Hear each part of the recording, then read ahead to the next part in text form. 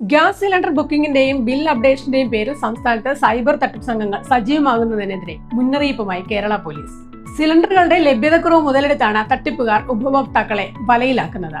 ആദ്യം മൊബൈൽ ഫോണിലേക്ക് ഒരു ടെക്സ്റ്റ് സന്ദേശം വരുന്നു.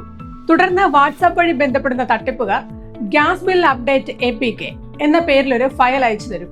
ഗ്യാസ് ബുക്കിംഗ് വിവരങ്ങൾ അപ്ഡേറ്റ് ചെയ്യാനോ കുടിശ്ശിക തീർക്കാനോ ഈ ആപ്പ് ഇൻസ്റ്റാൾ ചെയ്യണമെന്ന് ഇവർ ആവശ്യപ്പെടും. ഈ APK ഫയൽ ഇൻസ്റ്റാൾ ചെയ്യുന്നതോടെ ഫോണിന്റെ പൂർണ്ണ നിയന്ത്രണം തട്ടിപ്പുകാരുടെ കൈവശമാകും.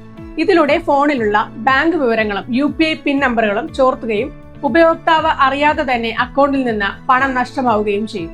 തട്ടിപ്പിന് ഇരയാകാതിരിക്കാൻ കേരള പോലീസ് ചില ജാഗ്രതാ നിർദ്ദേശങ്ങൾ പുറത്തിറക്കിയിട്ടുണ്ട്. വാട്സപ്പ് വഴിയോ SMS വഴിയോ ലഭിക്കുന്ന APK ഫയലുകൾ യാതൊരു കാരണവശാലും ഇൻസ്റ്റാൾ ചെയ്യരുത്. സിലിണ്ടർ ബുക്കിംഗിനും പേയ്മെന്റിനുമായി ഗ്യാസ് ഏജൻസികളുടെ ഔദ്യോഗിക വെബ്സൈറ്റുകളോ മൊബൈൽ ആപ്പുകളോ മാത്രം ഉപയോഗിക്കുക.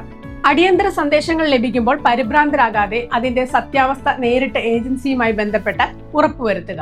ബാങ്ക് വിവരങ്ങളോ പാസ്വേഡുകളോ അപരിചിതമായ വെബ്സൈറ്റുകളിലോ ആപ്പുകളിലോ നൽകരുത്.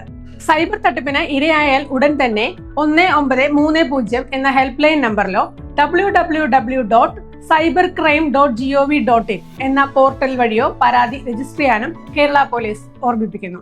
വിശദമായ വാർത്തകൾക്ക് ധനം online.com സന്ദർശിക്കുക.